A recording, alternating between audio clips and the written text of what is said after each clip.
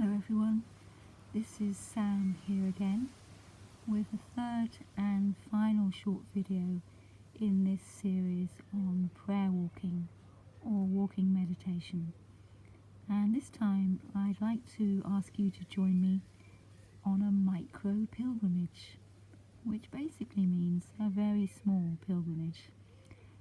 As you can see, I'm here in my garden and I live in a small terraced house in Dartington. So it's not always particularly quiet. The laundry's going. My neighbour was mowing the lawn just a minute ago. But that's real life, isn't it? And this kind of pilgrimage is about being present with what is, rather than going somewhere special. And it takes its inspiration from the Celtic tradition and from the Celtic conception of Peregrinatio. And I'd like to read you a short piece from a lovely book by Esther De Waal called The Celtic Way of Prayer. And this is what she says about Peregrinatio: that there is no specific end or goal, such as that of reaching a shrine or a holy place, which allows the pilgrim at the end of the journey to return home with a sense of mission accomplished. Peregrinatio is not undertaken at the suggestion of some monastic abbot or superior, but because of an inner prompting in those who set out, a passionate conviction that they must undertake what is essentially an inner journey, ready to go wherever the Spirit might take them, seeing themselves as hospites mundi, guests of the world.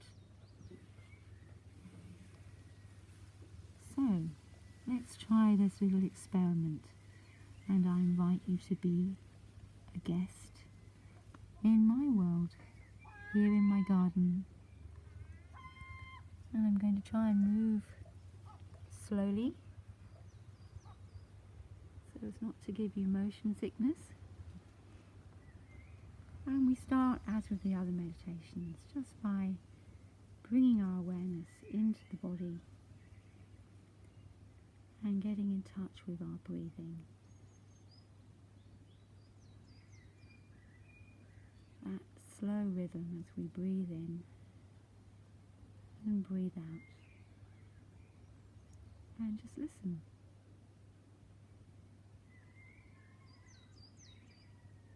The sounds of the birds,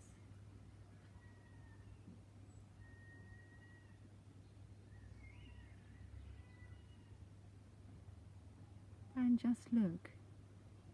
This is a pilgrimage that's very much about wondering at life, seeing the wonder of the everyday, and also wandering, just letting the Spirit guide us to wander through what's in front of our feet.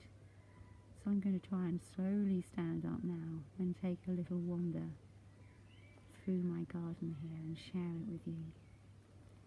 So you can see here in front there's a little wild patch. This is not one of these glamorous wildflower meadows, but a very simple area that's left undisturbed, which means it's a mixture of things that have arrived that are not native, like these great hyacinths, and over here some three-cornered leek, and then some wild things like the celandine, the stinging nettle. Very good to have some of that in the garden for our native butterflies.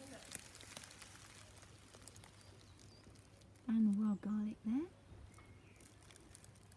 makes a lovely soup or a pesto. You hear my neighbours just come out. Got a lovely little girl. Past the ferns, little glimpse of my wildlife pond, which is actually turning into a wildlife bog with the flag iris, the yellow flag, coming up there.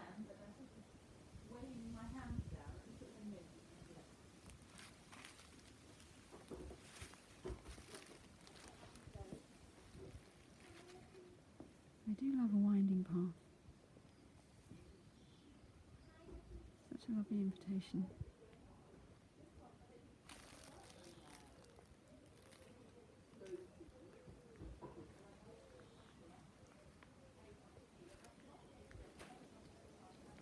And here's the red currants coming into flower. It's a cloudy day today, but it has had a lot of bees visiting, and I've also been enjoying the apple here.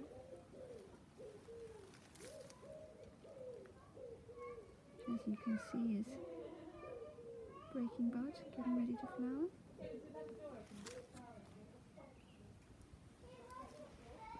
Just spotted a teasel head there. And a big pine cone had the goldfinches taking the seeds from the teasel, and these pine cones are from beautiful stone pine here, which is actually a Mediterranean pine. There's primroses. And there's Leo,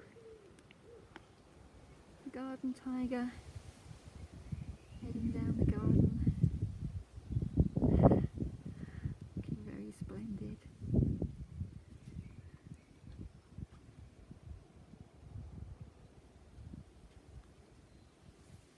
Close to the bluebells, actually white bells.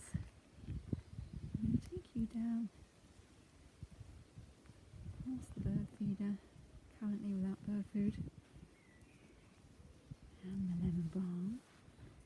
Makes a lovely tea, very good for the digestion and for the nerves. Just what we need at this time. I don't know if you can see here, but a little bit of a path here going through the ivy and behind the cabin. And this is where the hedgehog likes to go. That's the base of this phone pole. And here is the hedgehog house. Very homemade, like most things in my life. With some old bricks and a piece of slate. And it goes back there. And there's a lovely leafy nest in there. And the hedgehog's probably asleep at this moment.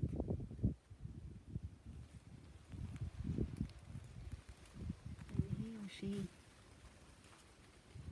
likes to go down this little route here behind the back of the cabin. Leo likes it too. In fact, Leo is showing us the way. Look at his tail there. Leaves. Yeah. It's just where Leo went.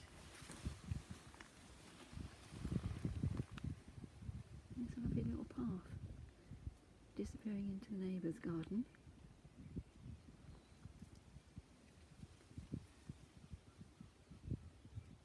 As cats and hedgehogs like to wander. They understand the art of Peregrinatio.